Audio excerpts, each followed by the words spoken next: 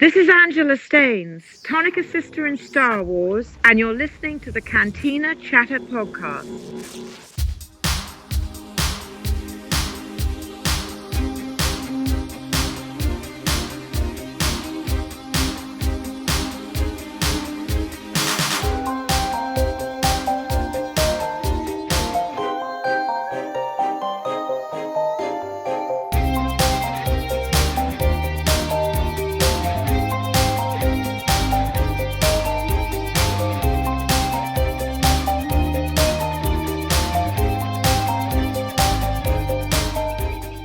Hello and welcome to the Cantina Chatter podcast. My name is Victoria and I will be your host on this galactic adventure through Star Wars, toys and collectibles, pop culture, and randomness from the 80s and 90s.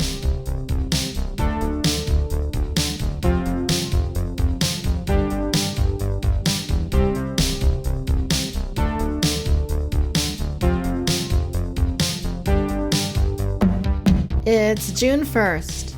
Where has this year been going? I mean, it feels like it was just mid-March and life was relatively normal. Then things changed like a lot and I spent more time at home than I ever cared to. And then just when it sounded like the engine was about to finally turn over, other things happened. These are difficult times, but I hope you're safe physically, mentally, emotionally. And I think many of us are trying to cope as best we can.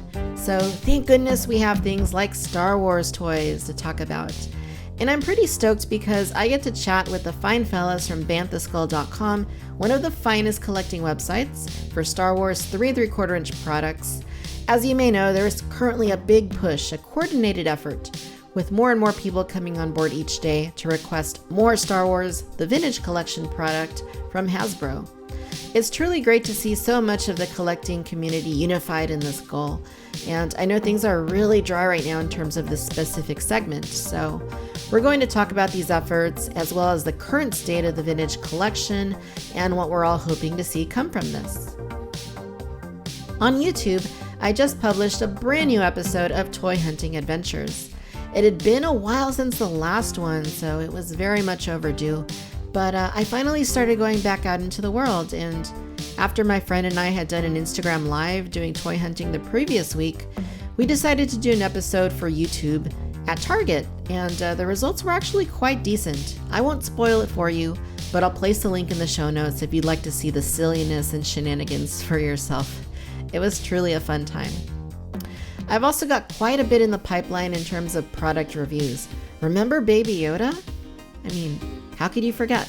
Well, I've got a Battle of the Babies episode coming in which we will determine the best Baby Yoda that money can buy, at least right now. There's currently plenty of them to choose from at the moment, and of course, I want to feature more Baby Yoda on the channel because why the heck not? Ghostbusters Retro Collection from Walmart are also starting to get delivered. I just received the Stay Puft Marshmallow Man and the Green Ghost, aka Slimer, and they're not terrible. You may have seen the video I did about the Star Wars Retro Collection at Walmart. Well, thankfully, at least at the moment, I don't think this is going to be quite as bad. Fingers crossed. 2 of my Ghostbusters figures had some damage, but the duplicates were quite good. The cardstock is thicker than the Star Wars Retro figures, and they are large enough to where they can't cram them into a envelope or bubble mailer, or a bubbleope, as I like to call them. At least I hope they don't try doing that, but will anyone be surprised if they do? I mean, after all, it is Walmart. The actual Ghostbusters humans haven't shipped yet, though, so it'll be interesting to see how those pan out. Naturally, I'll keep you posted on social media. Speaking of, are you following VC on TikTok? If not, please do. The username is @victoriascantina. I've been having fun with the behind the scenes content and just extra stuff I've been doing. It's fire, so check it out. Also, if you're a Disneyland history fan and you've been enjoying Discoveryland, well, Season 3 is coming to an end this week. The final episode will be published on Wednesday, June 3rd, and it'll cap off weeks of late nights and early mornings of intense research and editing. It's a very difficult show to pull off. Despite most of the episodes being between 8 and 20 minutes, each one actually requires something like 6 to 10 hours of research, on average. Sometimes it's a lot more. But it's been fun, and it's a passion project if there ever was one. So if you like that show, or even if you haven't, please give it a listen. Discoveryland is on YouTube or anywhere you download your podcasts. And if I may say so, it's been the best season yet. I mean, I wasn't even going to bring the show back quite yet. I was thinking about it for later this year, but, with quarantine and social distancing, I thought it was a good time to do that. I thought the world needed a little bit more of that Disney magic, if you will. So I brought it back, and I've really been enjoying doing it. It's a lot of fun. So yeah, check it out. And finally, before I welcome my guests, I have to plug the Apple Podcasts rating and reviews thing. Guys, we haven't had a review on Apple Podcasts since July 2019. That's almost like a year. So when you finish listening to this episode, if you're listening through Apple, actually better yet, pause it right now for the 2 minutes it will take and rate and review the show. It really helps new listeners discover the show. I mean, you don't know what you're missing until you find it, right? Okay, let's get on with it.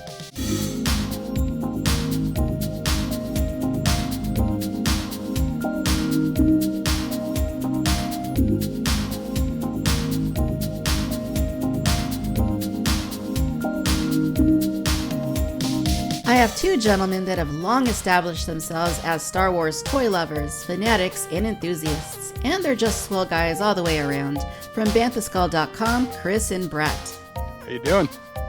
Hey, how's it going?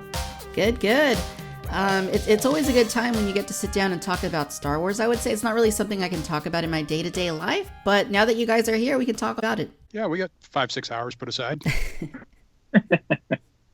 Nice.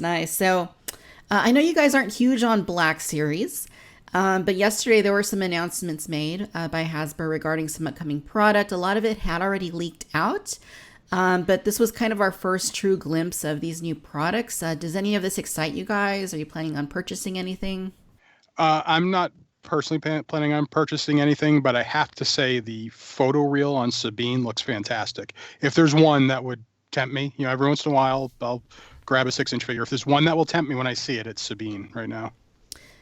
Yeah, she does look really good. At first, I kind of had to look at them a little bit. I wasn't really sure. I was like, do they have photo reel? Because they didn't look too different. Like, I guess especially Hera kind of looked the same. And obviously, Ezra would look kind of similar. But yeah, after I looked at Kanan and then looked at Sabine a little more closely, I saw that they had the extra shadowing on their faces. And yeah, they just look a little bit better. Yeah, Dorkside on their Twitter account, they kind of did the side-by-sides. And you can really see it there if you check that out. Very cool. I'll have to check that out. Brett, what about you? Well, I honestly, I wasn't really that interested in them. I mean, I did take a look. They do look very good for what they are. It's not in my wheelhouse, but I'm not knocking them. But I will admit that I think it was the first release of Chopper. I actually did try to buy that figure online. I forget where. I think it was Entertainment Earth, but I don't remember.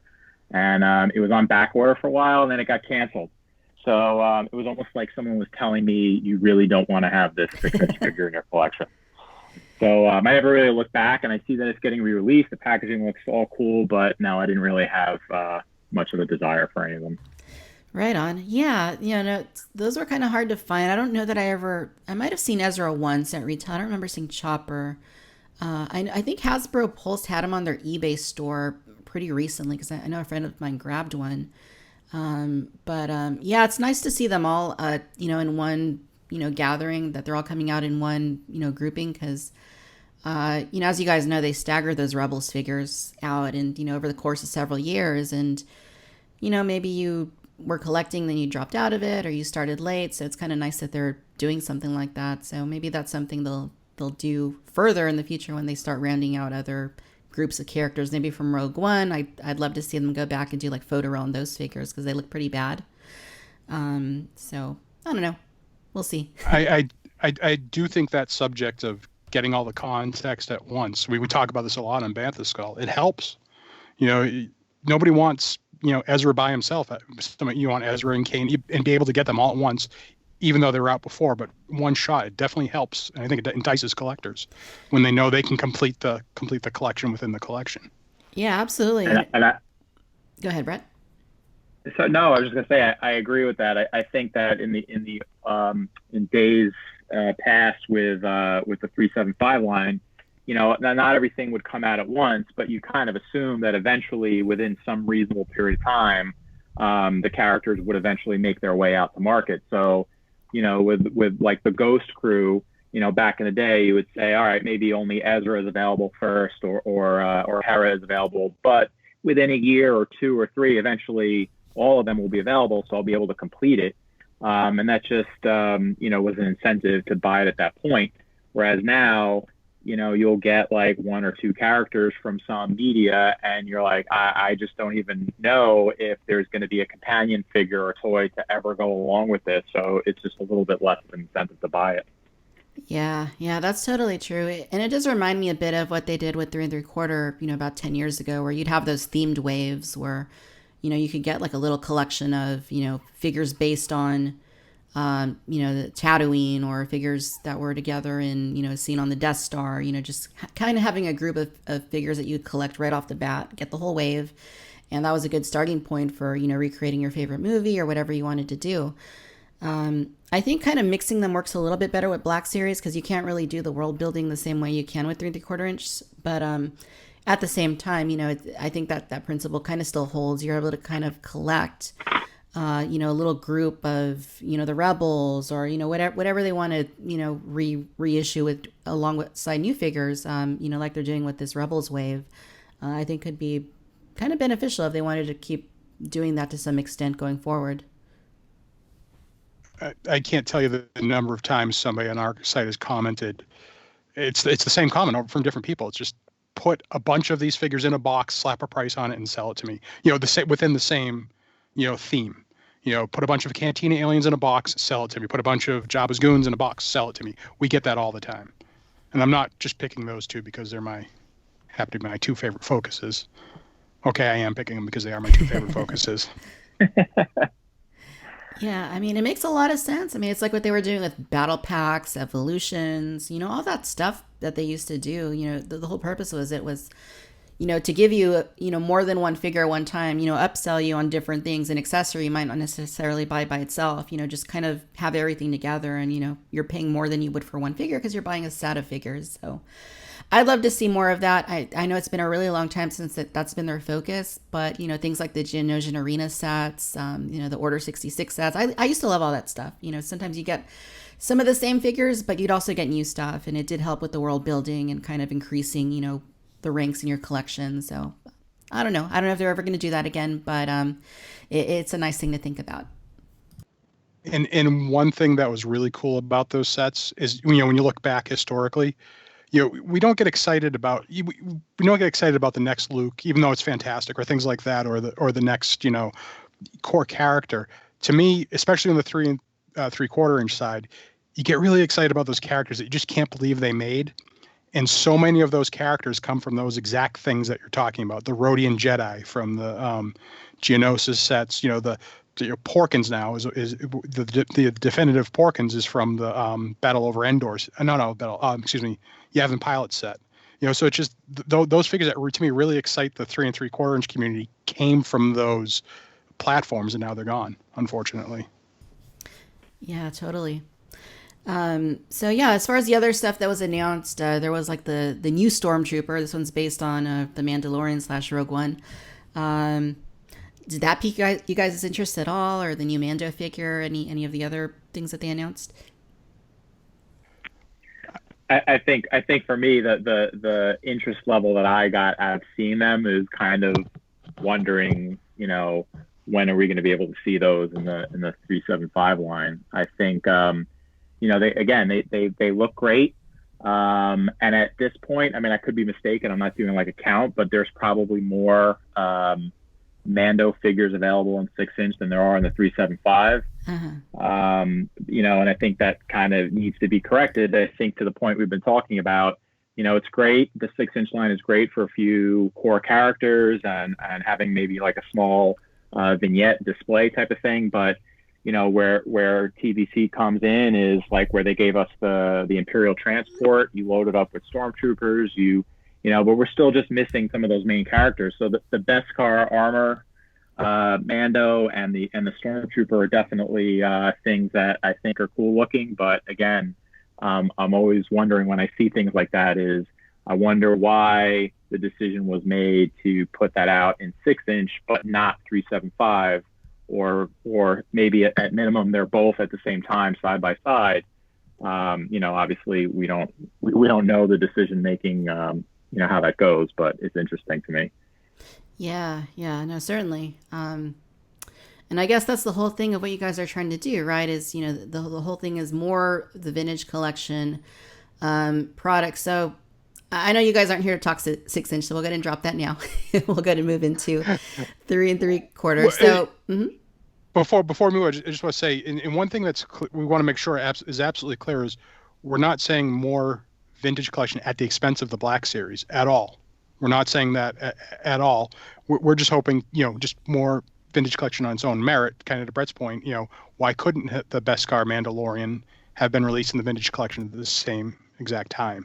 That's kind of where we're coming from, and we're very passionate. I'm pretty sure we're right that the customers are mutually exclusive for the most part.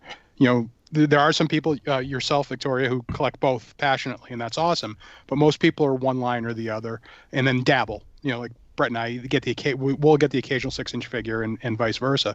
So it's not a case of, for Hasbro that, if they better support the vintage collection, we feel pretty passionately that's new money to them. And, it's in their interest. It's not taking away from, and we don't want to take away from it. We wouldn't want to ever do that, wreck somebody just because we don't collect the 6-inch doesn't mean we want it to go away, because it makes a lot of people happy. And the more things that make people happy, the better. Oh yeah, I can't say I disagree with that at all. So before we get into what all is going on with the vintage collection, I want to see what you guys think about the latest shenanigans with the retro collection. So I'm sure Chris, you've been following what's going on. Brett, you too. All of these figures people have been receiving from Walmart. So what's up with that? I just don't know how. I don't know. I can't. I have no words. You can hear me stammering. I have no words. This is a collectible. They want this because it's a collectible, and then they do everything they can to destroy it en route to you. Victoria, you're folded in half. Leia, the Hoth Leia is probably the best example. I can't even believe that one. Yeah, that was just shocking. And I did a video about it, and I said, this should arrive looking like a flapjack, not like a taco shell. So I mean, it's just, I don't understand it either. It's. I mean, the whole thing with Target having it, I never saw them. I never found them once when Target had them last year. I had to get them on Entertainment Earth, which thankfully they eventually carried them, and I was able to get them through there. And a lot of people did the same thing. They came in perfect. But yeah, I remember at Toy Fair, we asked them, is there any chance that, that they can be carried by one of the fan channels? And they said, right now, there's no plans for that to happen. Last time was different, and this time it's a bigger order, and Walmart is a great retail part, all that stuff. So but we all knew how it was going to play out. I don't know that anybody is really surprised that it wasn't handled as well as we might have hoped, but at the same time, I don't think anybody really expected they would be arriving as bad as they did either. So the whole thing is just really frustrating for a lot of people. And it's not isolated cases, as you know. It's almost the norm that they're arriving in that condition. I work my real job. I work in logistics, and I tend to try to be a little bit on the easygoing or defensive side for the folks that work in packing and shipping and whatever. And a lot of times, I'm usually able to kind of dismiss some of this stuff as it seems to increase during the holidays, which is typically a time when, there's more temp workers hired to do these types of jobs to fulfill retail requests. And, they just don't have the same experience or skill set. But obviously that's not the effect here. And I don't remember who posted it, but there was one in particular that kind of made me laugh. There was a box that they opened, and there were 2 of the retro figures in it. And the box was long ways, but the carded figures were put the opposite, perpendicular, and you could easily tell that if they had been put in the right way, there would have been no issue whatsoever. They fit perfectly in the box, but for some reason they decided to fold it in half and make sure it went the short way. And that just totally made me laugh. I'm like, I don't even know what this person was thinking when they put that in the box, but yeah, it's ridiculous. That's wild. Yeah, it's, some people have been saying too, and it seems to sort of be my observation too. I'll see what you guys think, but the card backs that Hasbro used this time seem to be a little bit thinner than they were on the first go. I definitely feel the same way, and even with the vintage collection, the photo reel. I was just taking some side-by-side pictures of the new Luke and the old Luke, and you can feel the cardstock thickness difference between the two. Oh, that's too bad. I just found those yesterday at Target. That wave, they didn't have Luke, but they had the other three. So that was interesting because, as you guys know, they've said that those kind of snuck out somehow. They weren't supposed to be released to stores, but apparently they did. So yeah, it was interesting to see. Unfortunately, I couldn't buy Lando though because his eyes were not painted on his eyeballs. So, but I was able to... If that gets off by a fraction, it's comical. There's like zero tolerance on face paint apps. Yeah. Han's hairline too wasn't perfect, but seems to be kind of the standard with these particular figures for whatever reason. But yeah, no, the whole thing's interesting. I don't know what's going to happen with it. Hopefully, those figures will be available through other means. I've said all along that, they should be offering them as solid cases, even if it's Walmart. It's not really the thing they usually do, but people would buy them if they threw up the solid case. That was an option. You were going to get the case, sealed. Now that's not a guarantee that it would arrive like unharmed, but I think it would minimize some of the damage. And at least if those other outlets were carrying them again, that'd be another opportunity. Even if it was Hasbro Pulse, like, just selling them as singles even. I think, a lot of people would take advantage of that. Yeah, I think that's a great idea if there is a next go around to offer that as a solid case. Yep, I agree. All right, so let's talk the vintage collection. So very recently, you guys started an initiative to try and get more 3 3/4 inch Star Wars product, particularly the vintage collection. So Chris, I want to ask you guys, what exactly are you trying to do with the whole thing regarding the petition and the push for more vintage figures?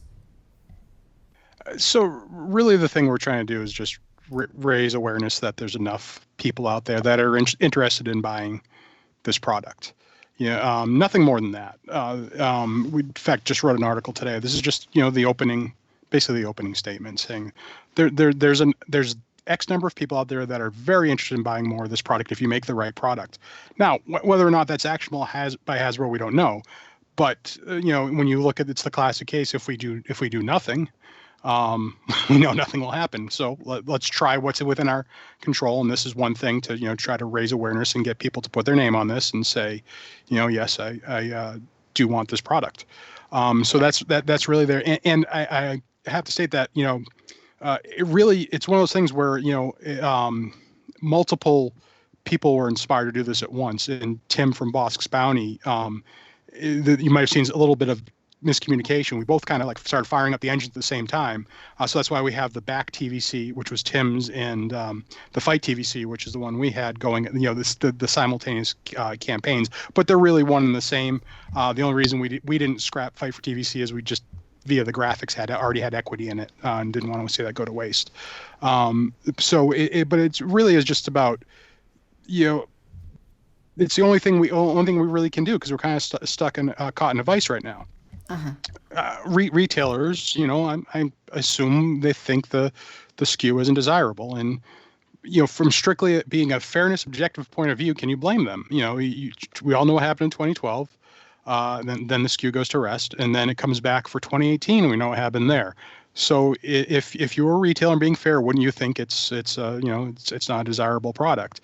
So they're not going to order more to take the risk off of Hasbro, and Hasbro isn't going to take the risk themselves to make more because they don't know it's there. So we're just trying to break one of those log jams. one of those sides saying, okay, maybe we'll increase the investment in this product a little bit more.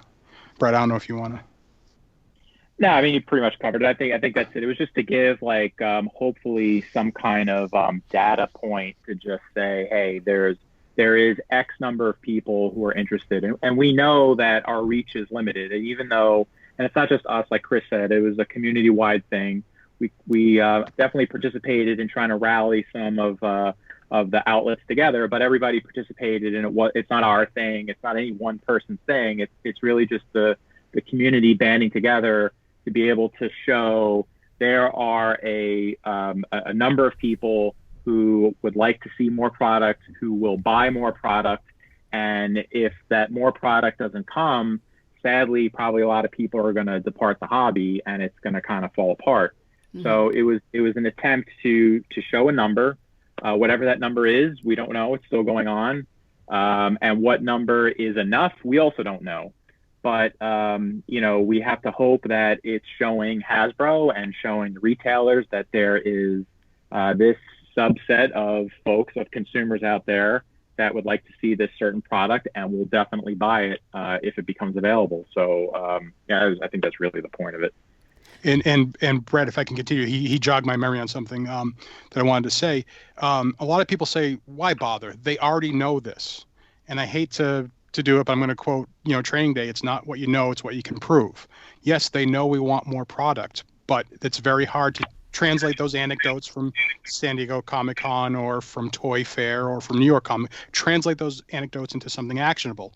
So we're trying to take it from something they know to something they can prove via this sign. So people that are on the fence saying it's not going to matter, they already know this. We know they already know this. We're asking you to prove it by signing the petition.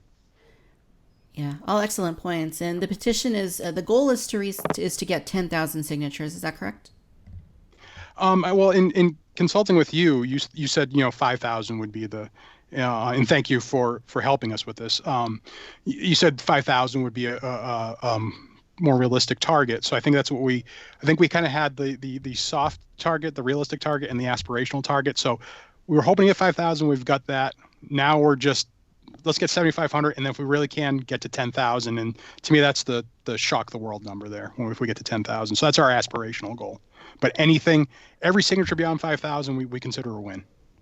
Right on. And I think there's probably a lot of people out there who, like Chris, as you were saying, they're maybe a little hesitant, like what's the point, whatever, or they'll look at the number and say that's not a number that's really going to be worth a multi-billion-dollar company like Hasbro investing in.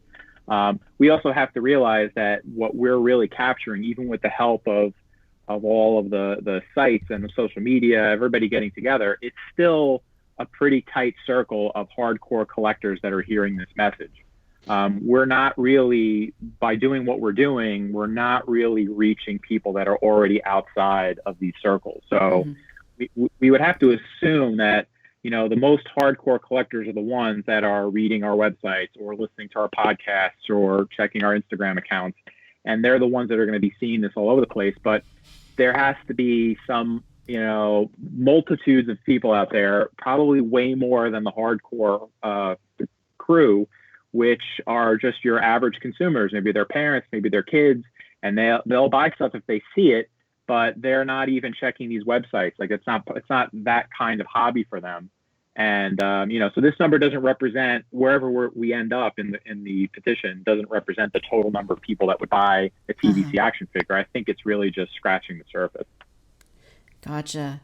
Yeah, no, that all makes sense. And that's a really good point as well, because, people are sharing this on social media, and myself, for example, on Instagram or Twitter, I obviously probably the bulk of what I do is Star Wars related, but I also do a lot of other things. I do a lot of DC, a little bit of Marvel, Jurassic, a bunch of different things. And when I, tweet something about this, or I have a picture on Instagram, regarding it, people that don't normally collect these lines are seeing that, and they're being a little bit inquisitive, like, oh, did they stop making those toys? No, we're just looking to get more of them made.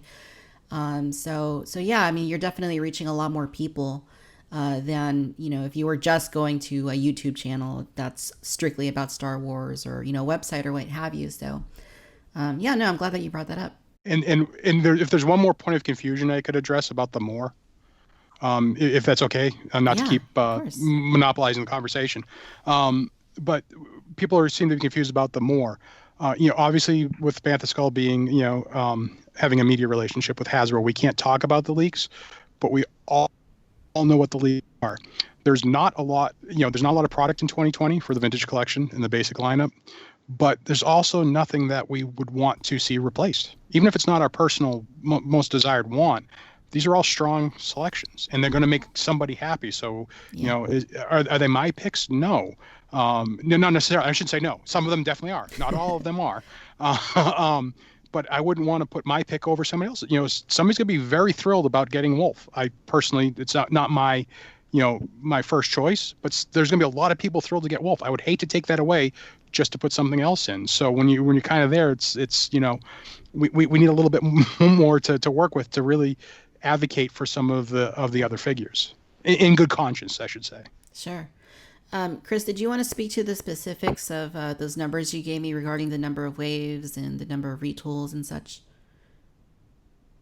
Do you think that's important or?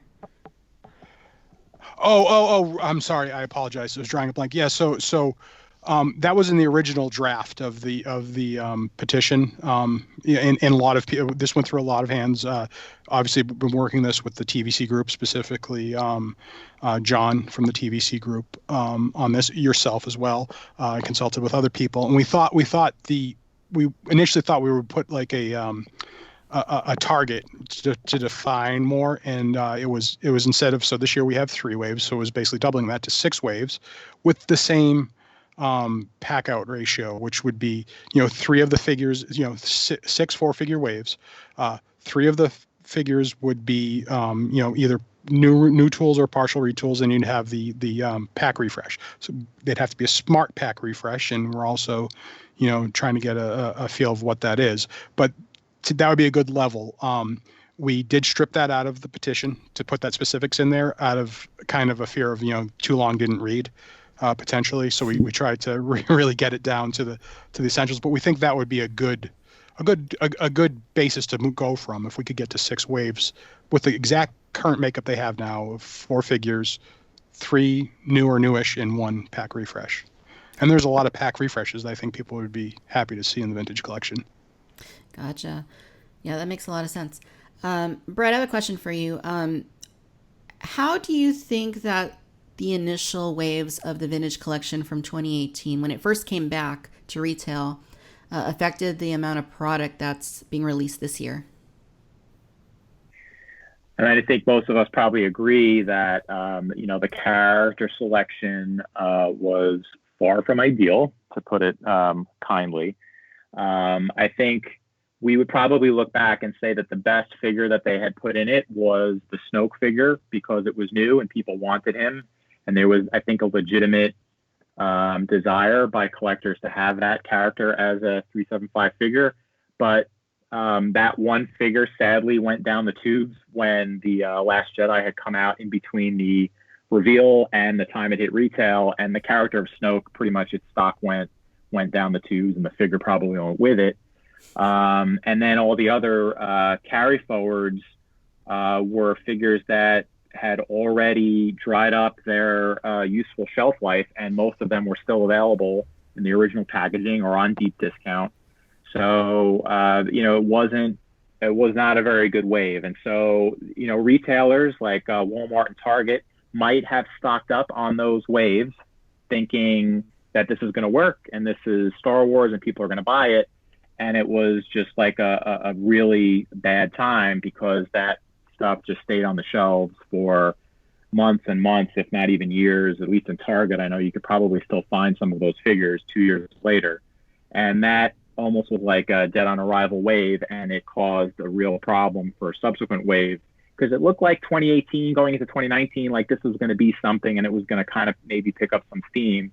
And any momentum that we thought we might have had seemed to just go out the window. So, yeah, that launch wave in 2018 was just bad news all around.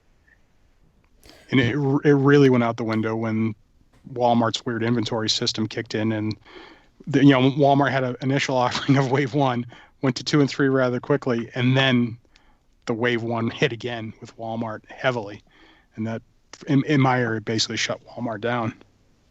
Wow. Yeah, my local Target. I mean, there were some really good figures that they had in late 2018, 2019. Some of those solo wave figures, like, they were good characters, good selections, well done figures. There's barely a bad figure that has come out in the second iteration of TVC. I think Chris and you were talking about the crate Luke Skywalker as being a big disappointment. But the other figures, it's really hard to complain about how they came out, but most people never really saw them at retail, and hardcore collectors will find a way to get them through online retailers. But your casual buyer, your kids, your parents, someone who's just walking in and sees it and picks one up, like, that's just not happening. And I think you need that supplementary support in order to keep the line healthy. Yeah, no, totally. I mean, even locally, that's kind of still the situation. The Target I went to yesterday, I think they still had maybe like 6 or 7 Jyn Erso figures. And they had, like I mentioned, the newer ones, the Bespin Han, C-3PO, that wave. But yeah, those Jyns have been hanging out. It has to be well over a year now, because I don't think Target's received that wave for some time, unless they did and the other figures just happened to sell through at some point in the last several months. But yeah, I mean, even Walmart, I did a quick, it was totally not worth it, but I did a quick stop at Walmart yesterday, and toy sections there were just opposite of the Target I went to, just bare, and not a single 3 3/4 inch Star Wars figure. They had a few 6-inch, that was it, and they were old ones. So yeah, it's obviously there's a lot of other things going on and other reasons that could be contributing to that right now, but I think that's kind of been the general situation, like, way before that even. So yeah, it's unfortunately with the low volume that we say there's that one killer wave that really can just totally derail the line for months, if not years. Yeah, totally. And I didn't see quite a few of those other ones either. I don't know that I ever saw the Death Trooper at retail. I don't know that I ever saw anything like beyond, like, was it the solo wave that had like the range trooper and some of those other characters in it. I know I saw that maybe a couple of times, but just looking back here behind me at the wall, see what's hanging up. I think the last real thing that I saw would have been like the Rise of Skywalker wave, and even those didn't really hang around very long. No, that they sold really well in my area. And as we're having a discussion, I'm kind of smirking to myself, because I've said many times, Brett and I go all the way back to the beginning. So I actually didn't know what the Yak Face figure was until Power of the Force 2 came out. I was too young to be that serious of a collector when it came out in 85. So I didn't know until 95. And if you think of it now, there's going to probably be another batch of collectors. Granted, you get much more information in the nowadays with the internet, but that Yak Face never saw retail. I don't think there's ever been a report of that being in the store. So once again, Yak Face could become one of those I never knew that existed figures. Yeah, and it's interesting too. Yeah, that's. Go ahead, Brett. I'm sorry. That's okay. No, I was going to say it's sad too, because the one thing about 2019, and this kind of touches on our earlier discussion about groups of figures that support each other. 2019 was great for the whole Tatooine scene. We got the barge, obviously, which of course wasn't a retail item, but we got the barge, we got the Jabba's adventure set, we got the skiff, and there was some carry forwards. I'm thinking of the guard, the Gamorrean guard in particular. And then they came out with the skiff 3-pack, which had the one brand new figure in it, which was like a celebration, a reason to celebrate. Like, all this stuff came out at the same time, but that wave that had several of the Return of the Jedi figures in it that would have gone with all this stuff, I think, like you said, Victoria, I don't think that hit anywhere. I don't think it was ever available to the average person. So they would see these sets at Walmart or Target or the skiff or whatever, but they couldn't find the figures that were, kind of companions to them. Yeah.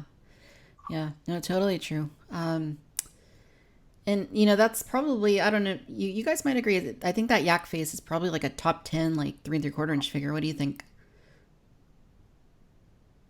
I have it as my current favorite in the history of the line. Wow. I don't know about what Brett feels. No, I mean it's a tremendous figure, no doubt, and it is one of the best ones I've ever made, and it's a perfect example, I think, of the scale that Hasbro would put so much care and effort and detail into making a character that was on screen for 2.5 seconds with no speaking lines, and it's one of the great figures that they've made in the line ever. It makes me wonder if figures like that can be made of that quality, and obviously they had to tool a completely brand new figure. It's all brand new. It looks amazing. It's beautifully detailed. If they made a figure like that and could only offer it online, because like we're saying, this didn't hit retail, could they do that with other figures too, with other characters? And I mean, just offer them online. I mean, obviously we want to see them at retail, but could they do that online and offer us things that maybe wouldn't sell through at retail? So to me, that's one of a little bit of the irony of that fan channel wave hitting Target. I almost feel like that has a little bit more retail viability than some of the things that the hardcore collectors ask for, because Luke and Han and Lando and C-3PO are going to get picked up by the more casual collectors. So I'd be all for exploring anything like that, just to get more. The one thing we do here is, and you kind of mentioned it with Lando, is that the paint applications are so key now that a lot of people are either slow or loath to buy the things online sight unseen because of that. So I do think if that was the only option, they would definitely lose some sales as a result of that. Yeah, no, it's interesting. It's really interesting. So I want to ask you guys, why is this the right time to fight for the vintage collection? Do you mind if I go, Brett? No, go for it. Just because the community is simmering after the review, the one reveal on the Fan First Friday. There was a lot of, and then the follow-up Q&A as well. There's a bit of simmering, and just wanted to try to repurpose that into something positive rather than having people get bitter. And just think it's a good time. Obviously, there's a lot of real-world things going on that are more important right now. So I appreciate that, and maybe with that in mind, it's not the best time, but we just had to. I feel like across the community, we realized we had to do something after the fact that one figure was revealed on Fan First Friday. I don't know if you have anything to add to that, Brett. No, I mean that's exactly what that was. The trigger was we all got all of us hardcore collectors kind of all got online to go see the reveals. We know that there's not going to be any conventions this season, so we were kind of hoping we would see something big and exciting. And there was a little bit of hype behind it. And when it all, panned out, we just kind of walked away feeling that we got nothing. So there was definitely a lot of frustration. There was a lot of frustration going in. And to Chris's point, it just kind of seemed to reach ahead. So that was the moment where we're like, we need to try something positive to get everybody together to show the folks at Hasbro that, hey, this is a real audience, a valid audience in significant enough numbers with enough, money that they're willing to spend on this type of product, that we're here. And if we don't get some kind of hype or some kind of news or something to keep us in, there's going to be a lot of people who just drop out. And I'm not saying that like as a threat. Like, I mean, I'm in it for a while, and I'm not feeling like I'm going to drop out tomorrow or anything, but we just know from people, on our within our circles talking about this stuff, that it's kind of like, hey, if this happens one more time, I'm not going to bother. Like, why do I bother getting excited about this stuff? So we would like Hasbro to know that we're here, and hey, maybe the next time you have an event, you got to figure out how to make a splash, throw something out there, keep people engaged. Yeah, that's a big part of it, is keeping people interested. With any toy line, really, at the same time, if you go too far and you make too much, and this is something I've seen kind of with Mattel's Jurassic World line, is that people can also simultaneously lose interest because there's too much and it's hard to keep up with. but that's kind of hasn't been the case lately with that line. It's been kind of dry, and the new waves of toys in that line are so infrequent right now that people are losing interest for that reason as well. So, like you're saying, it's a balance. You kind of got to figure out, if you're starving people of depriving them of that product, then obviously, they're going to lose interest that way. Yeah, but it's to that point. It's you have to have your hobby stimulated. Everyone's you need that buying opportunity. And the one thing from Toy Fair. So this really started at Toy Fair. The kind of the angst starting to simmer because Toy Fair is kind of light, and it was a double whammy. A lot of collectors said, we didn't see a lot, and then we find out the next time we get to buy a 3 3/4-inch action figure is going to be in August or October, depending on what the pre-sale. So it's not just a light volume. There's nothing. There's no nothing to stimulate your interest in the hobby between the Mandalorian wave and when the Power Droid wave comes out. Yeah, totally. That's it's hard to believe. You said it's 3 waves this year, right? Yes, yeah. So the Mandalorian wave, the Power Droid wave, and the one with the awesome update to Luke Jedi, and we don't officially know the other 3 figures in that wave. Yeah, that's crazy. That's just really hard. I mean, yeah, 3 waves. That's wild. And again, what's frustrating too is there's other ways to stimulate the 3 3/4-inch collector, because it is the world. So it doesn't have to be a basic video. There could be some sort of world building opportunity in there as well. That would just get people. I unfortunately, it seems that hasn't done too fantastic in store, but I feel like there was a buzz after Toy Fair 2019 for the Jabba's Palace Adventure set. I thought that really had a buzz to it. So it doesn't just have to be a figure. It can be anything that helps expand the world.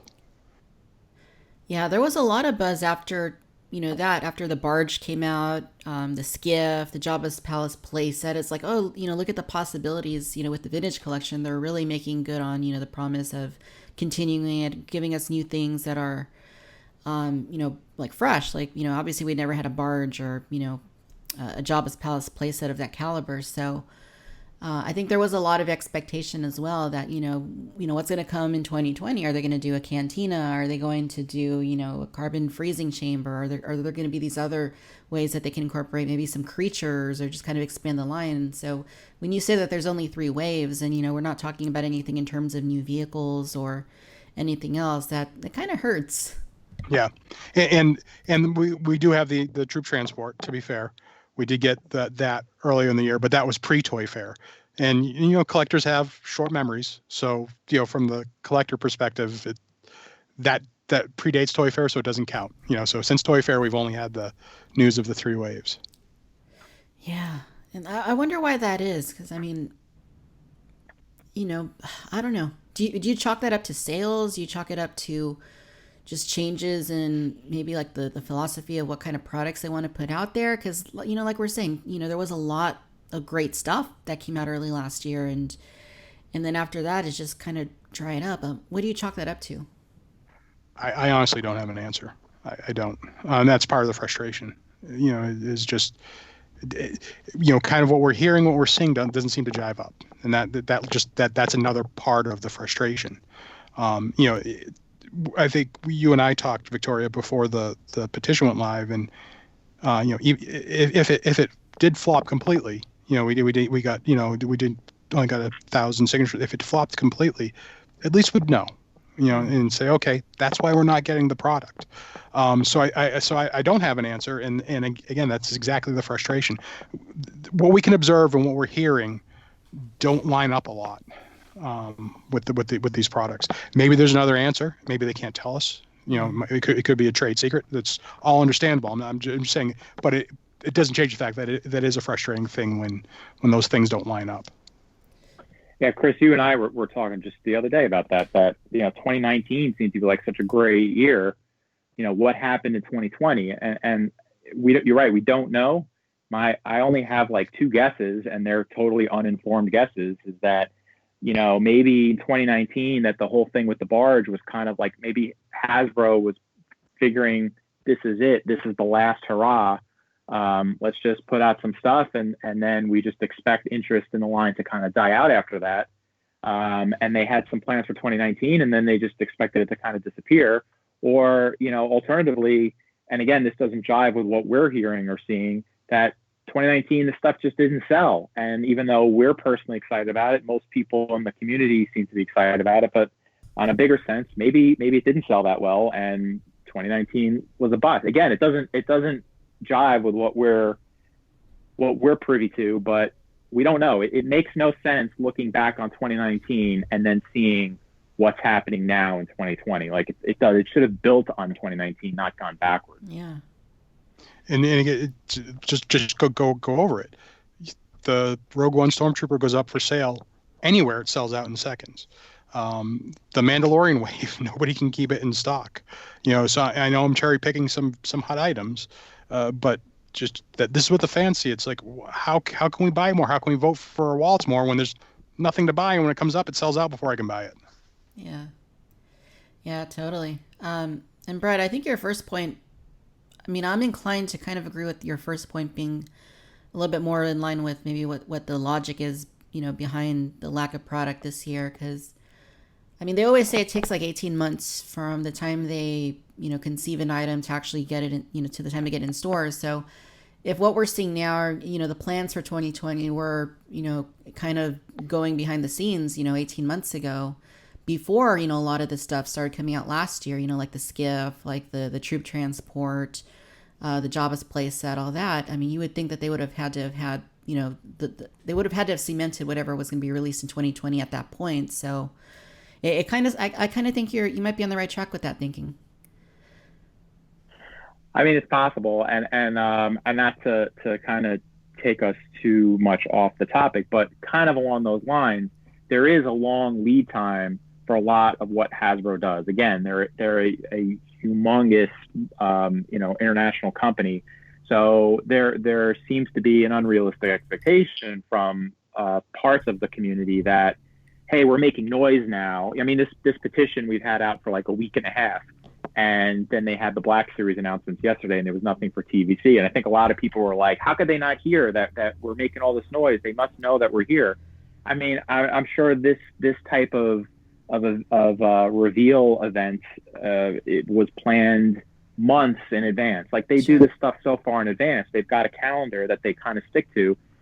They can't turn their operation on a dime. So what we're hoping to accomplish right now in real time with this petition, with the hashtags, and just trying to get awareness out there, this is something that maybe Hasbro might verbally acknowledge it somehow by saying, hey, we hear you guys, but we're not going to see anything come from it for a long time. And by then, sadly, whatever momentum we may have picked up might be lost, or people will just expect something sooner and it's not going to be there. So you would hope that Hasbro at least maybe has the ability to do something a little bit quicker, even if they're putting out refreshes of figures that want to be seen. So they're not like doing new tooling, but something to just, add a little bit to the availability of what's there. Something, just reissue some figures, just put something else out there that maybe nobody knew about, or that's a little bit of a surprise, or something like move up the timetable just a bit. But I think in general, the expectations are that, there's going to be hopefully some big change, but I just don't think we're going to, I do feel like we're going to see something if this goes well, but we're just not going to see it very soon. Yeah, no, I think you bring up another good point. I kind of felt like that's something that they could easily do, is maybe just put out, say something like, we have noticed that there's, increasing attention to, vintage collection. We don't have any plans to announce anything today, or, something. But I kind of felt the same way back, like around Toy Fair, when, the Clone Wars had just come back, and all of their focus was on The Empire Strikes Back, which, obviously that should have it's its 40th anniversary. It should have, some special attention. But I don't think it's too hard to throw in a line, here that says something like, oh, we recognize that the Clone Wars is back. We don't have anything to announce today, but, rest assured we are, actively working to announce something in the future. I think little things like that could go a long way with some people. And, I don't know why they don't do that. Do you remember? Sure. Go ahead, Chris. Do you remember they used to do that, where they would say, here's the themes. Again, we're getting back to the theme was. Here's what the way they kind of slow release the information, but at least you weren't starved for news. So here's what the waves will be, and then as they get subject to change, here's what the waves will be, and then as you got closer, they would start filling in the characters. Even something like that, just to know that these sources, they might be far out, but they are on they're on the list coming up. I think would help too. Yeah. No, that would be something. And I know they're not doing like the themed waves anymore, but I mean, even just to say, we're working on this, we're looking at this, or I mean, I know they do say that when they have like their Q&As that we participate in, but yeah. I think if Hasbro had all of their engines on full right now when it came to 375, that they might even be able to somehow in relatively short order, and I mean, 6 months to a year versus a year and a half, they might be able to pump out like a Mandalorian themed repaint wave or something to that, or a Clone Wars repaint or re-release wave. They used to do that in the lines too, where they would kind of realize that the consumer was starved for product. It was selling through well enough, and they would kind of, pump out like a wave of repaints and just to kind of keep product on the shelves. It's almost like they have to figure out some way to keep the current population engaged before they disappear. Uh-huh. And one theme that Brett and I do harp on a lot is part of the reason we are here is because they did listen. We just didn't. The community didn't listen back. Because we kept saying, we don't want as many repacks. We don't want as many repacks. But the real message was supposed to be, we don't want as many repacks if they're coming at the expense of newly tooled figures. And Hasbro kind of fed back to us, okay, less repacks means less figures overall per year. Do you understand that? And I don't think that was very well understood until recently. So kind of this very light 2020 is in part, a small part, there's many factors in it, because they reacted to the repacks but didn't understand what the message was about the repacks. Mm-hmm. So if really should have been, once it was understood that less repacks means less waves and less figures per year, once that was understood, then it should have been, okay, well, not necessarily less repacks, but let's get to the Echo-based Trooper, which I would say is getting frustrating that it hasn't been re-released. That was never easy. That was never easy to find. That was that odd 3-figure wave in late 2011. I believe it was late 2011 with Ponda Baba, Bastila Shan, and the Echo-based Trooper. Obviously, 2 of those have been. One of Ponda Baba, I believe, was released one other time in the Vintage Collection. Bastila Shan and Ponda Baba released in the Black Series. But that Echo-based Trooper's never gotten back. That wave was underserved initially. It's never gotten back out there. So it's frustrating that one's not back out there. It's an army builder. People will be looking for it. But other ones, that EU wave at the end of the Legacy Collection, though these are all things that, okay, if we can't get new to figures, let us get another crack at those figures. That EU wave with the Shock T in there that goes for $100. And there's, I keep bringing up her check Calfast. I hope I'm pronouncing that correctly. With the gold, they came out with the gold eyes. That's a $50 figure on eBay right now. Repaint it with the correct black eyes, and you got a lot of. And it's my understanding that not changing the mask, but just changing the colors of the mask is doable as a pack refresh. So just make the eyes black, and you'll get a lot more customers to buy that figure. So I think part of what happened in 2020 was a lot of miscommunication going both ways. Yeah, definitely. Yeah, I mean, it certainly seems like that could be another part of it too, for the reason that there's less product in 2020 is that, maybe they realize, these repacks that, that they offered, that as we were discussing earlier, didn't sell very well, in 2018, and fans aren't asking for more repacks. They want less repacks. So maybe we don't have the budget to do all new figures, so we're just going to do less figures. So yeah, it's interesting to think about. And it was really less repacks of the Black Series 3 3/4 inch boxed figures that we just bought. That's really what the message should have been. Do other repacks, just not those. Yeah, absolutely. I think that a Cantina themed, like you were saying, Calfast, like a Cantina themed, even if it was just a straight up repaint wave, Some of these figures haven't been out in forever. Calfas, Lisa Serlin, Feltip and Travag. Obviously some of those aren't, as definitive as they could possibly be, but I don't see them ever doing some of those figures ever again, like from scratch. So, even if they brought those back repainted, I think a lot of people would chomp at the bit to buy them. I agree. I get nervous. I always get nervous. Is it just me? Because I would be absolutely thrilled to buy some of those aliens that were never on the vintage collection, just to have the card, because to me that is the soul of the vintage collections, kind of Cantina aliens. Yeah. Victoria, your interview with Steve at was that 2017 San Diego Comic-Con? He literally said this is kind of why we brought it back for Cantina aliens and skiff cards. He said that to you. He did. Yeah, so let's get him in there. Yeah. No, that's another part of it too. Not only are you offering these figures like for people that weren't collecting back then, but you're also offering them to people that want them on vintage card back. So to me, it just makes a whole lot of sense if they wanted to bring some of these great characters back, these Cantina aliens, these Jabba's Palace aliens.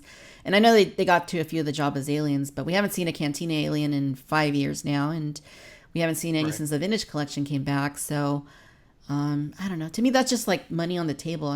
Something so easy to do that I'd love to see. I know a lot of people would love to see that. If they are listening by some chance, hopefully that's something that that obviously we want that. Do it, please.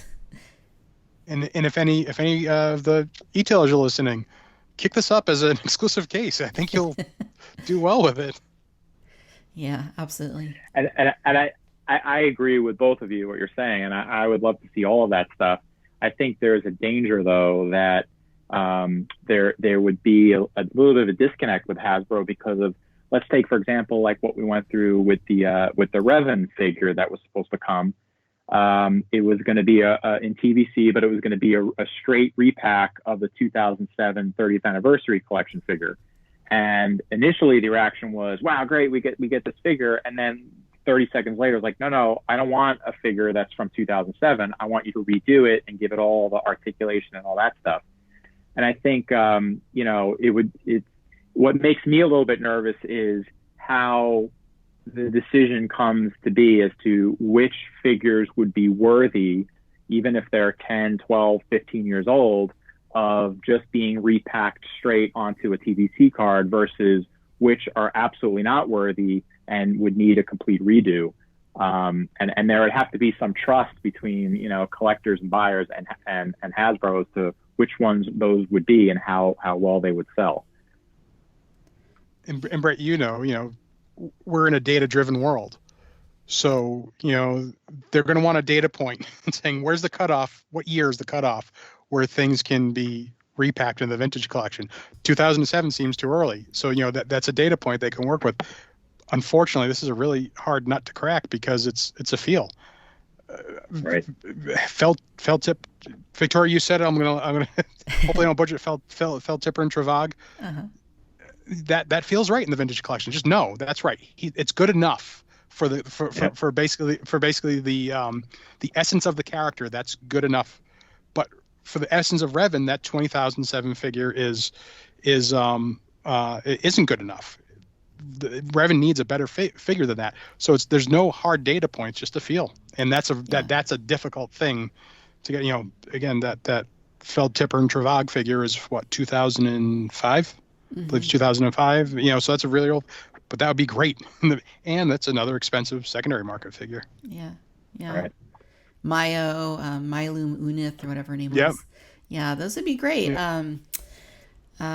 But yeah, like you're saying, you're right. It is a feel kind of thing. And I think part of it is also, if there is an existing Black Series version, then it feels kind of like there's less of an excuse to bring back a Revan that is that outdated. So, obviously some of these Cantina aliens don't have Black Series counterparts, but if they did, we'd probably be asking for those as well. But because they don't, then I think there's a little more incentive for them to reach, back a little further and, go with things like Maya, go with things like Feltipper and Travag. Right. Yeah. So, yeah, good stuff. All right. So if all of this is successful and Hasbro says, we heard you guys, we want to give you more product. What do you want to happen ultimately? Like if this is all successful and they do hear and they do acknowledge. What do you want to see happen from Hasbro? Brett, do you mind if I go first? Sure, go for it.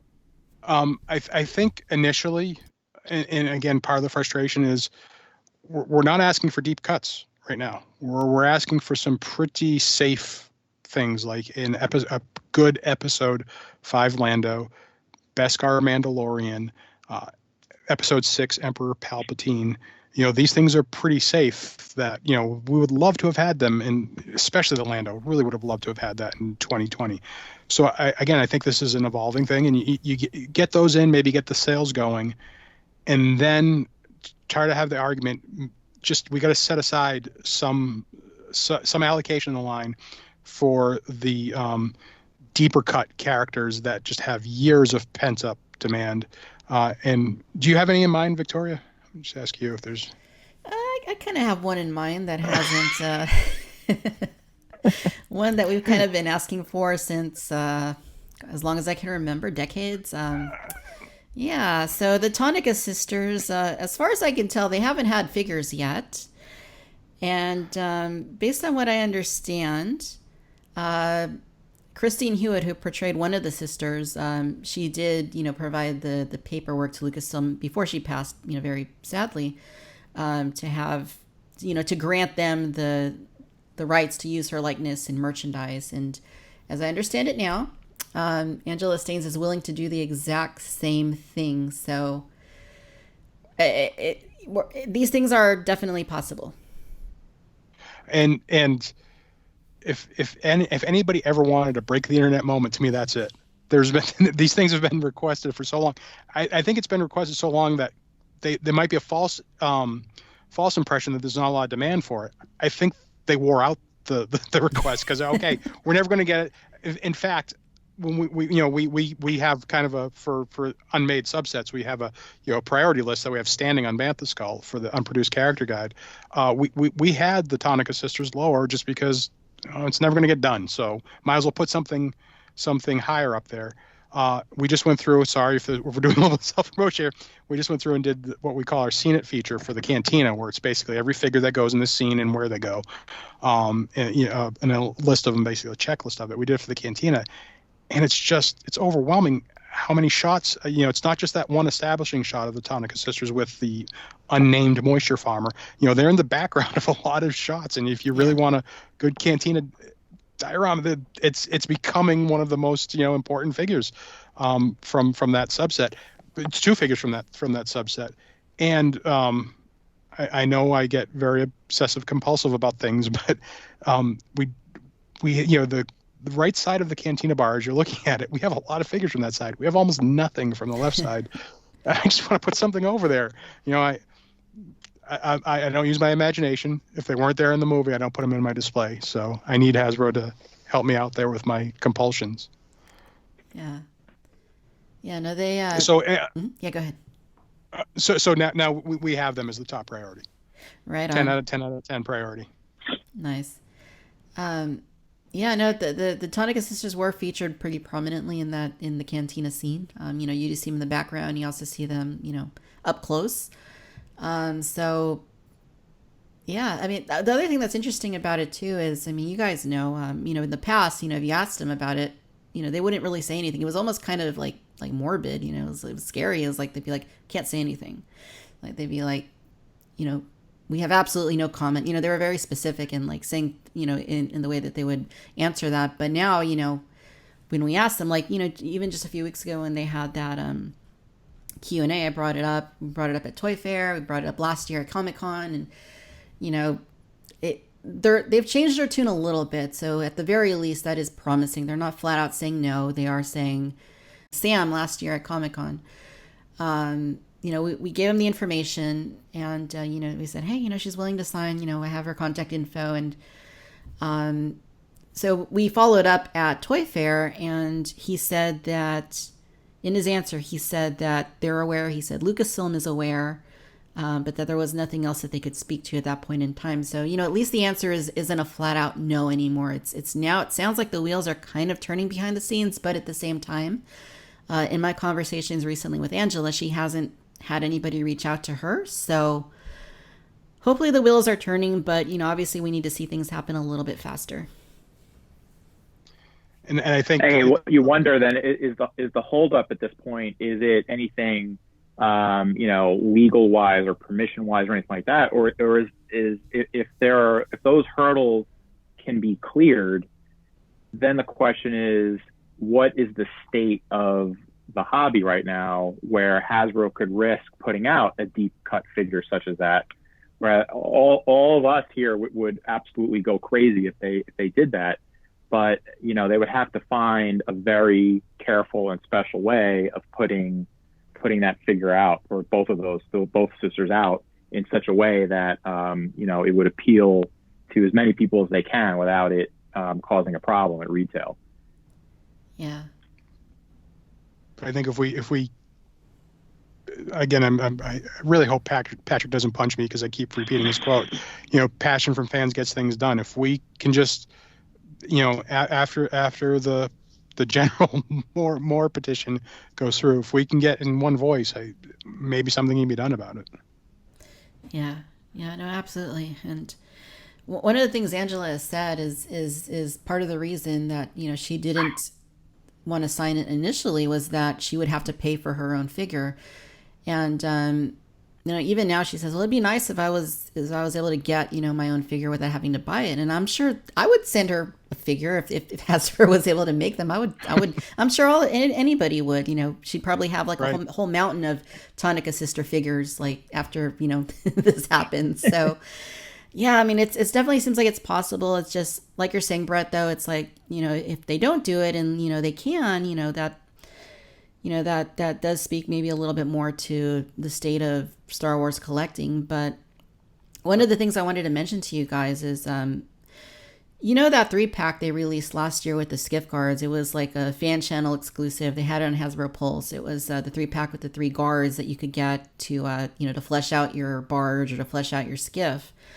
I feel like that was a really good platform for bringing things back and maybe for offering new things, a mix of new and old things. I was thinking like maybe they could do something like that with 3 Cantina alien repaints. Maybe they could do that. Maybe we could finally get Simalu in one of those 3-packs along with a new Emperor and a repacked Royal Guard from the first time the Vintage Collection was out. I mean, something like that I think would be a good way to offer some of those characters. Well, speaking of which, that's another pain point going from 2019 to 2020. We expected that platform, I think we all did, to continue, and that was another exciting thing, and we haven't heard anything about that. Again, and from just what we can observe, that seems to have done well. It's sold out everywhere. Granted, we don't know if that's sold out one order, and it was never reorder or anything. We don't know what that sellout represents, so I admit that, but from what we can observe, that seemed to do well. It's climbing up the value on the secondary market. If you go on Amazon, I think they're trying to get $70 for it. Wow. So that's a pain point. We would love to see those 3-packs come back. This was one of the most exciting things for me last year because it had Vidane in it, which we finally got the pilot for our prisoner skiff. Yeah, and the other good thing about it is it's the kind of thing you could sell multiples of. I bought it 3 times because I bought it once so that I could open the figures and have them decked out on my skiff or on my barge, and then I bought it again because I just wanted to have like a box sample of it, and then a 3rd time because I wanted to have like individually carded ones like on display. So I mean, there's a lot of potential for like resale with things like that. If you are marketing it towards collectors, which obviously the Vintage Collection that's largely what they're doing these days. Something like that, there is the potential there to sell, a lot of them if stores or, whoever's carrying it did reorder them, if they did want to use it as a platform to offer more characters and bring more things back. I think there's a lot of potential that could be had with those 3-packs. And I will say too, I ugged a little bit when I saw it because my initial thought was I got to buy 2 of these to get 1 Vidane open and 1 Vidane carded, but I did it. So just because if they got any feedback with people, saying, well, about that, just because they complain doesn't mean they're not going to do it. Because I did it, and I was actually quite thrilled when there was noticeable paint application upgrades to both Brock Starsher and Vism. They actually came out nicer, so I didn't mind having the extra openers. Yeah. Yeah. Yeah, I'm kind of the same way, and I think some of these guys, I can't remember them offhand, but there are some of these characters that, I only had like one of, and it was enough to put, we didn't have a barge at the time, but I would put them with all the barge figures together on a shelf, and it was only after like really looking closely, or Chris probably you told me a couple of these, some of these characters actually exist in the palace as well. So, it was certainly another opportunity to pick up doubles or even more of these guys, because they're a little bit more versatile than just the one scene. Yeah, no, absolutely. Yeah, I see it as a great platform for them to re-release more stuff. Obviously we'd like to see more things that that have been in demand for a long time, things that haven't been released yet. I think there's a lot they could do with it, and even if they wanted to, just find new ways of doing multi-packs, whether it's like the evolutions or the battle packs, things like that. Obviously those were a little more tailored to, I guess, more to kids, especially when you think back to those earlier battle packs or those Clone Wars battle packs that they were doing for a while. But I think if you take, I think that's kind of what that 3-pack has, is sort of the spirit of what they were doing with those battle packs and evolution sets. They were just kind of, but more modernized for the vintage collection specifically. So I really like that. I hope to see more of it. And I do want to ask you guys, both of you, and Brett, I'll go ahead and start with you. Why is the vintage collection so important? Well, I mean, it's in the DNA. It's where it all started. For those of us that are old enough, we had this scale when we were kids.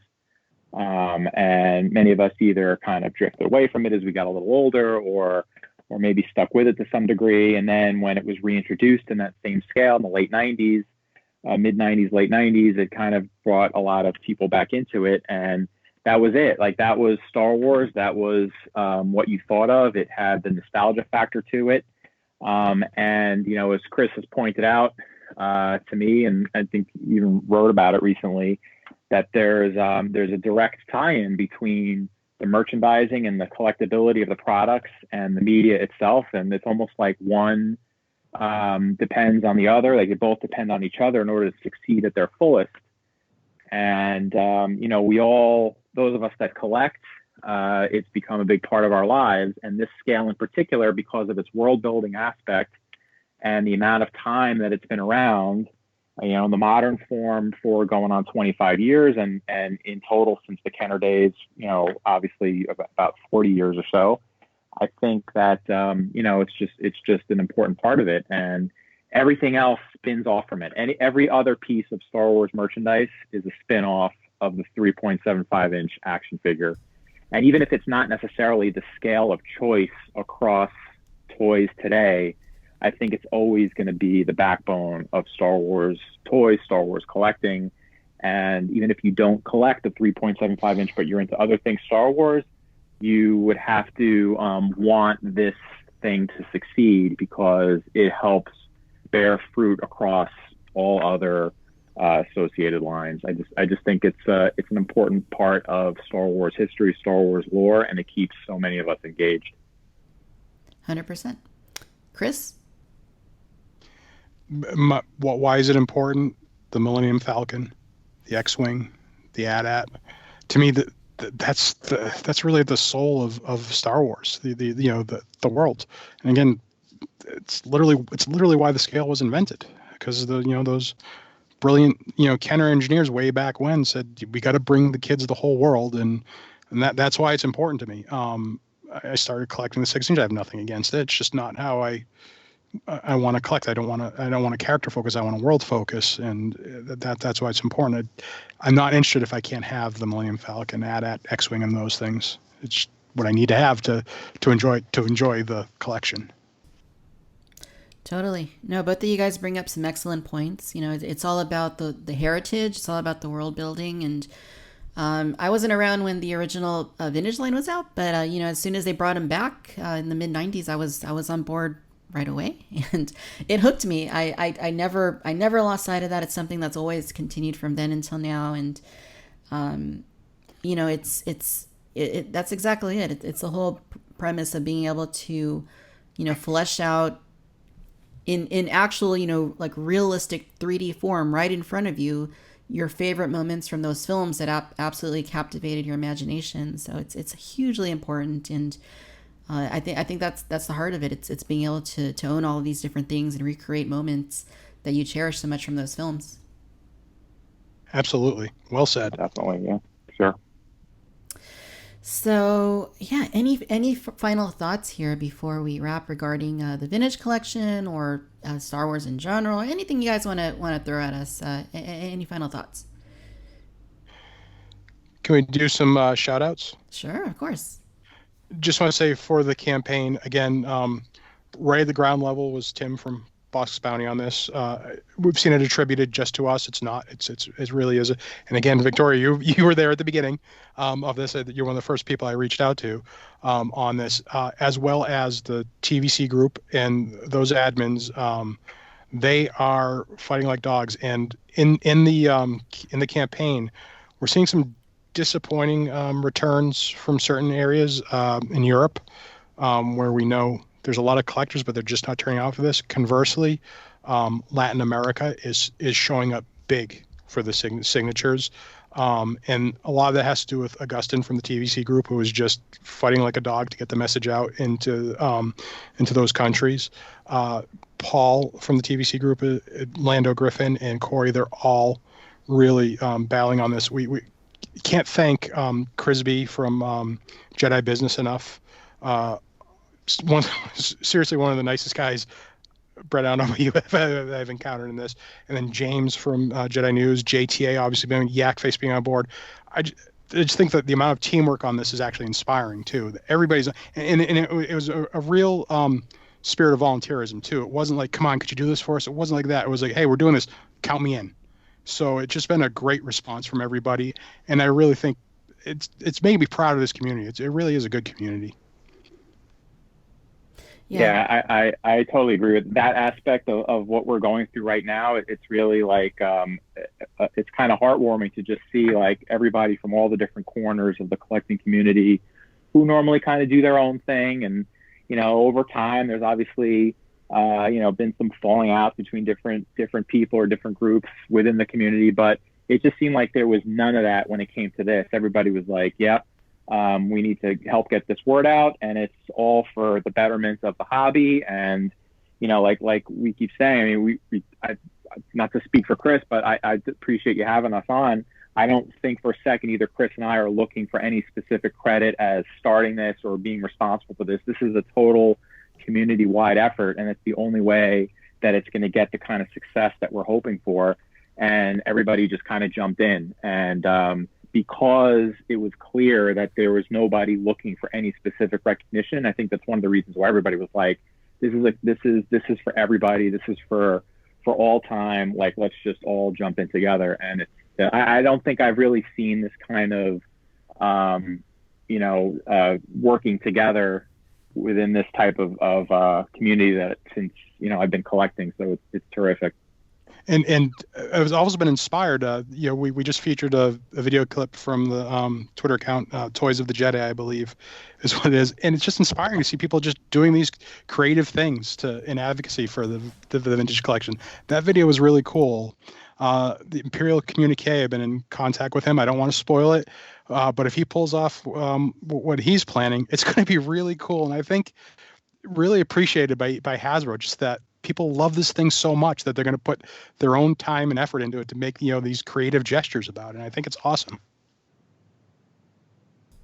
Yeah, all excellent points. And that is another thing I do want to mention is that I've seen, like, probably especially in the last year or two, is I have been noticing a lot more like pent up demand for the vintage collection and for 3 3/4 inch, because I'm seeing these new YouTube channels that are popping up, and just like off the top of my head, there's like Usual Mike Television's one, and Only One Kenobi's another one. Like, you're seeing like more people that are coming about and only focusing strictly on the vintage collection. So I think, a lot of people got a taste of it in 2018, and, and then, like we were saying earlier, in 2019 kind of got a taste for what the potential was. And, now we're seeing that drop off of there really not being more than the 3 waves this year. So It's just really cool. I think there are more fans than we might be aware of, and that maybe that Hasbro thinks might exist, because, we're seeing these people kind of come out of the woodwork and say, hey, I've been collecting this line for all this time.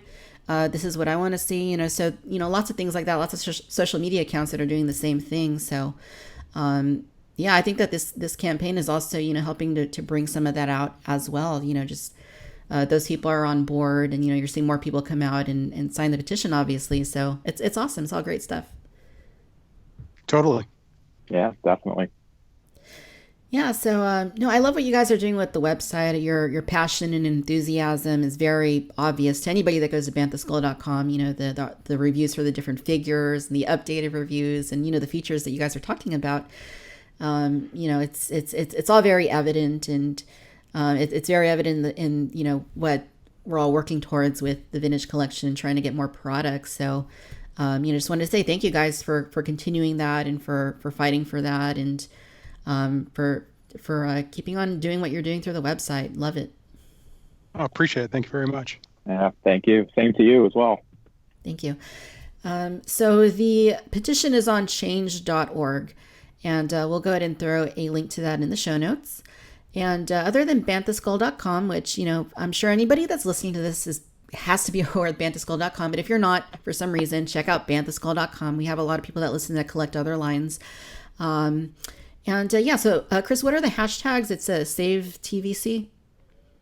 Save 375. Save 375. That was, I believe that originated from Instagram. Back TVC, and Fight for TVC. And I can explain the motivation behind our Fight for TVC on our end was that we wanted to let the fan community know that you can't sit on the sidelines for this. This is something you're going to have to get active about and participate with. You actually have to help fight to bring this back. And it wasn't meant to be a military type of message. It's just we see your complaints in the comments. Let's direct that into something positive. Yeah, no, absolutely love it. And it kind of makes me feel a little bit like, towards the end of the Rise of Skywalker, everybody kind of comes for that last final big fight, even if it's not something they normally do, everybody's showing up. So yeah, no, definitely sign the petition. Check it out. There will be links in the show notes. And where else can our listeners go to find you guys on social media? So we're on, we're Twitter, banthaskull.com. We're on Facebook as Banthaskull. We are on Pinterest now as Banthaskull, and we have a little bit of a YouTube channel. Brett, that's Banthaskull as well, just the Banthaskull channel, correct? It's Banthaskull, right? And Instagram, we're actually Bantha_skull, because apparently someone was already using that. So someone took Mayor West, so we have to be Mayor_West. Exactly. Well, Chris, Brett, thanks immensely for coming on to the show this time. And Chris, it was great talking to you again. Brett, this is your first time on the show. Thank you for coming on. And, hopefully this all works out. And we'll be talking in the not too distant future about, all the positive things that are coming out of this. And we'll be fighting for those Cantina twins. 100%. Thanks, guys. Thank you. Thank you.